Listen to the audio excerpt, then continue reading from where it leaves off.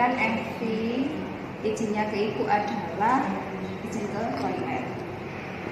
Tapi kenapa tadi kok jadi ke kantin? Ya, sebenarnya saya tadi benar ke toilet. Tapi karena saya merasa bosan di kelas, saya bertemu dengan teman saya di kantin dan saya dipanggil untuk menjadi teman dia. Benar begitu Ibu? Iya. Terus tadi waktunya siapa sampai?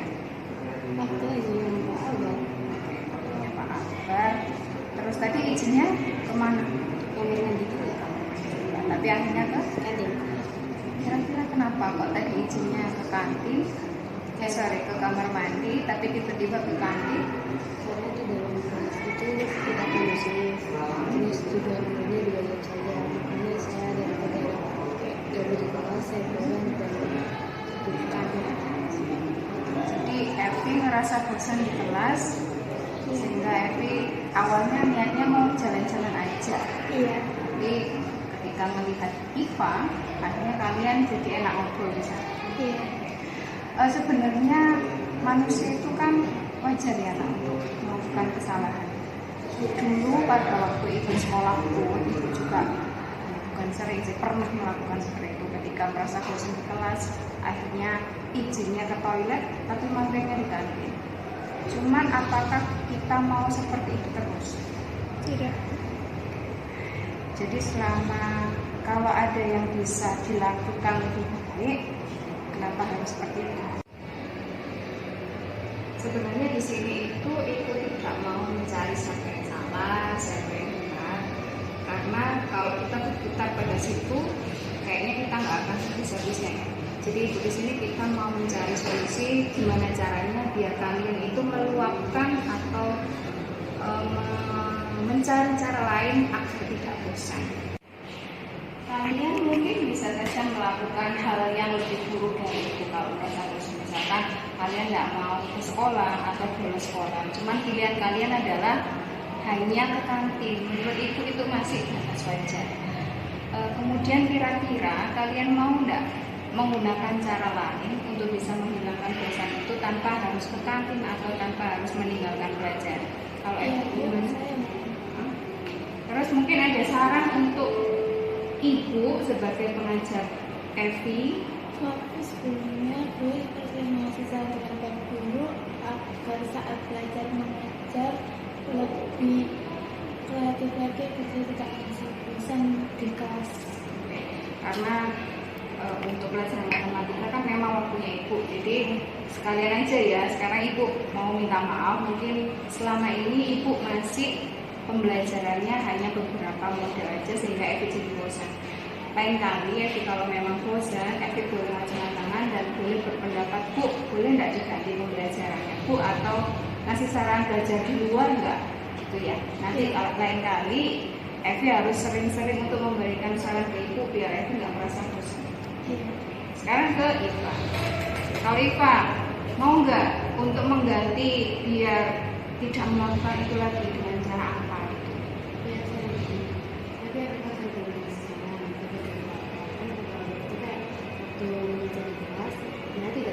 Tidak bisa kondusif. Nah, kalau saya bisa mengusahakan untuk nanti bisa kondusif agar saya dapat fokus dengan kegiatan ini. Mungkin sebenarnya boleh-boleh aja sih. Seperti Evi kan kebetulan waktunya ibu ya.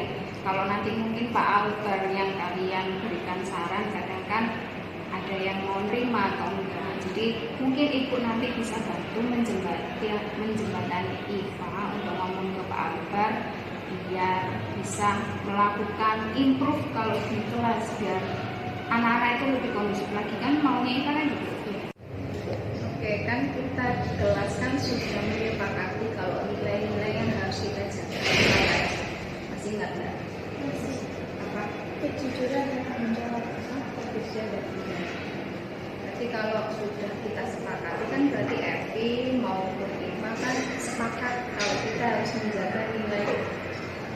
jawab sama nilai jujur.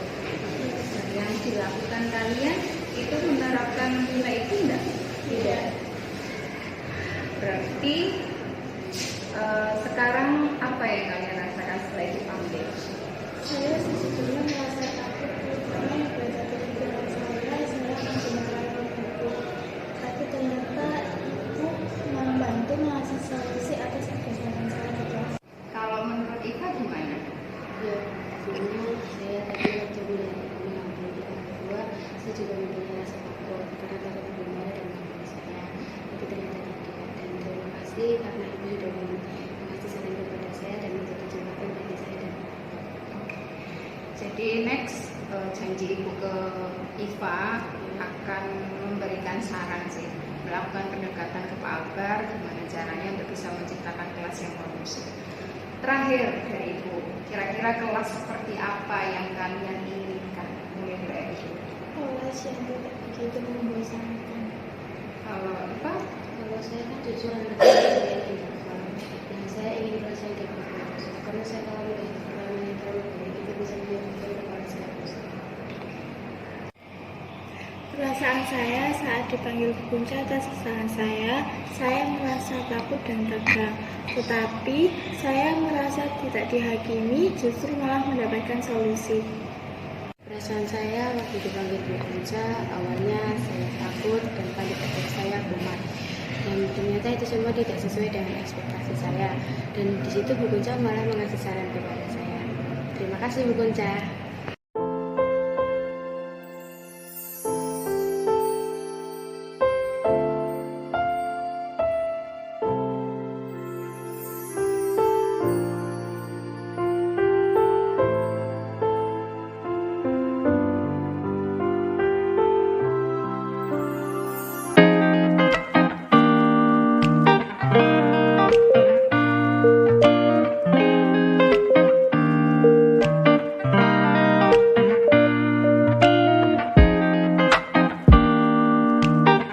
Sekarang tenang dulu.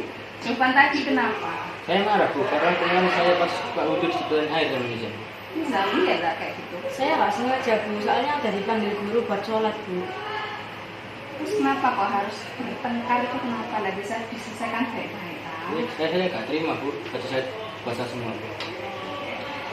Sebenarnya hal ini itu wajar karena Jovan juga kena cipratan terus merasa mangkel ya. Ya. Mangkelnya karena Bajunya basah Bu. dan Nizam tidak Minta maaf. tidak minta maaf dan Nizam juga tidak sengaja Jovan. Kenapa nggak bilang baik-baik dulu? Karena kan semua itu tidak harus dengan pukul, ya kan? Oke. Berbuat salah itu manusiawi nak. Semua orang pernah salah. Ibu pun dulu waktu sekolah kalau lagi emosi juga pernah sempet mukul. Tapi apakah semuanya itu harus mukul? Di sini ibu tidak mau mencari siapa yang salah, siapa yang benar. Kita bareng-bareng cari solusi gimana permasalahan ini biar Jovan sudah tidak mangkel lagi, sudah tidak marah lagi, dan Nizam tidak tidak merasa bersalah ke Jovan. Jadi kita duduk bareng-bareng di sini, kita mencari solusi, bukan mencari siapa yang salah, siapa yang benar.